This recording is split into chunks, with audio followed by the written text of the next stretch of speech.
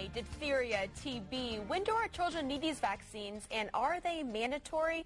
Since when did kids need 2 chickenpox vaccines? It's tough to keep track of the latest research and requirements, and many school-age kids are not up to date with their immunizations. This puts them and their classmates at risk. Dr. Donna owns Texas Star Pharmacy, an independent pharmacy in Plano. She's a pharmacist and a mother of 2 children. Donna is here with us today to talk about back-to-school immunizations.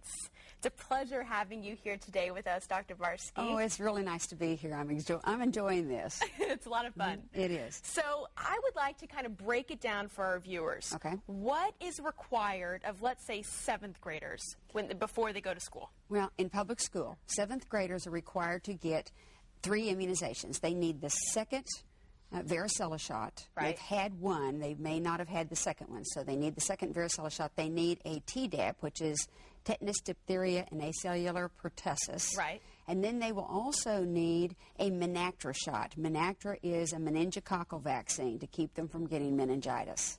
So this second chickenpox vaccine was not always required, correct? That's correct. It was not. But I have to tell you that the CDC tracks all of these diseases over many years. Now, what they did discover was on the children that had one vaccine when they first got the vaccines, for those who ended up in high school, they were starting to see a lot of chickenpox crop back up. It wasn't necessarily going to be a light case either. So what they decided was to keep that from happening. All of these kids who had had one immunization needed a second one to prevent that from happening. Got it. Exactly. Makes a lot of sense, doesn't it? Yes, it does.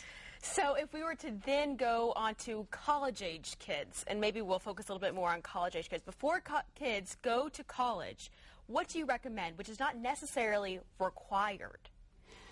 There are 2 shots that I would recommend highly. Menactra, which is the meningitis shot. Right. Even if a child had had the Menactra shot in the 7th grade, their senior year of high school, they need another one. Okay. So when they go off to the dormitories, they're going to be around a bunch of kids. They eat after one another. They sleep after, with one another. They're having parties in the dorm. I mean, if one kid walks in with meningitis, they're all going to be exposed. And what can meningitis cause? Death. Death.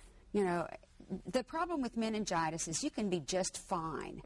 But by nightfall, you're ill. By the next day, you could be gone. Wow. It is so fast because that bacteria hits the meninges. It goes straight to the brain. The brain starts swelling. You could end up with brain damage. You can lose limbs. You can lose a kidney. You can lose your vision. You can lose your hearing. And how is that transmitted? Just by drinking after one another, Wow. somebody coughing in the room, eating after somebody else. I mean, all of these things. And how about hepatitis A? How is that? Hepatitis A is also passed in food and drink. That's the other vaccine that I would recommend highly. Because all you want is these kids to come home with an education and nothing else. Only an education. Only an education, nothing else. Hepatitis A follows you for a long time, but if we can prevent them from having it, if we can get them the hepatitis A is actually a series of 2 vaccines. So they'll need the first one, and then after 6 months, we'd like for them to get the second one to make sure that they stay immunized.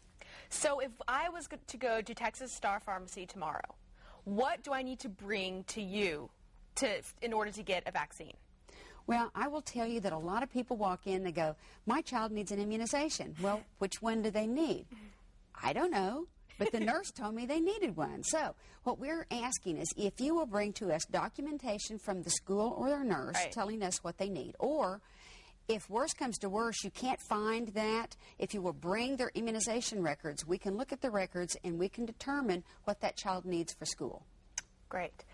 And so what do you need to know, what on your end, what do you need to know about me before giving me a vaccine?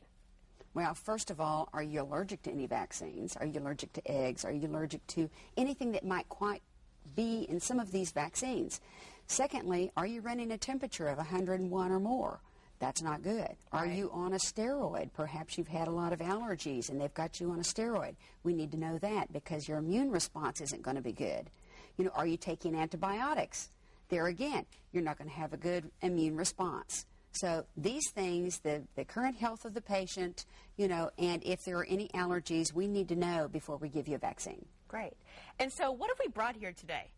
Well, what I have brought, I just wanted to show the packaging. These are the immunizations that we're going to see most likely. For a 7th grader, it's going to be this one, and this one. This is the Tdap, that's the meningitis, and this one is the varicella. Right. Okay, this one right here is the hepatitis A. That's the one that we recommend for college universities all over the United States, as well as the Menactra immunization right there. So both of those for college kids, these 3 then, of course, for the 7th graders. For the kids going into the very first time at school, it's almost everything. Exactly. But we are definitely going to get to that. We're going to have you back, and we'll talk about all of those vaccines. So thank you so much for being here this time. Oh, you're so welcome. I've had a ball. Great. And so if you would like to learn more information about Texas Star Pharmacy, go to texasstarpharmacy.com. We'll mention this site again at the end of the show. Next on DFW Close-Up, give me some sugar. We'll be back with Sarah Beth Events and their signature low-cost, decorative, and tasty dessert bars.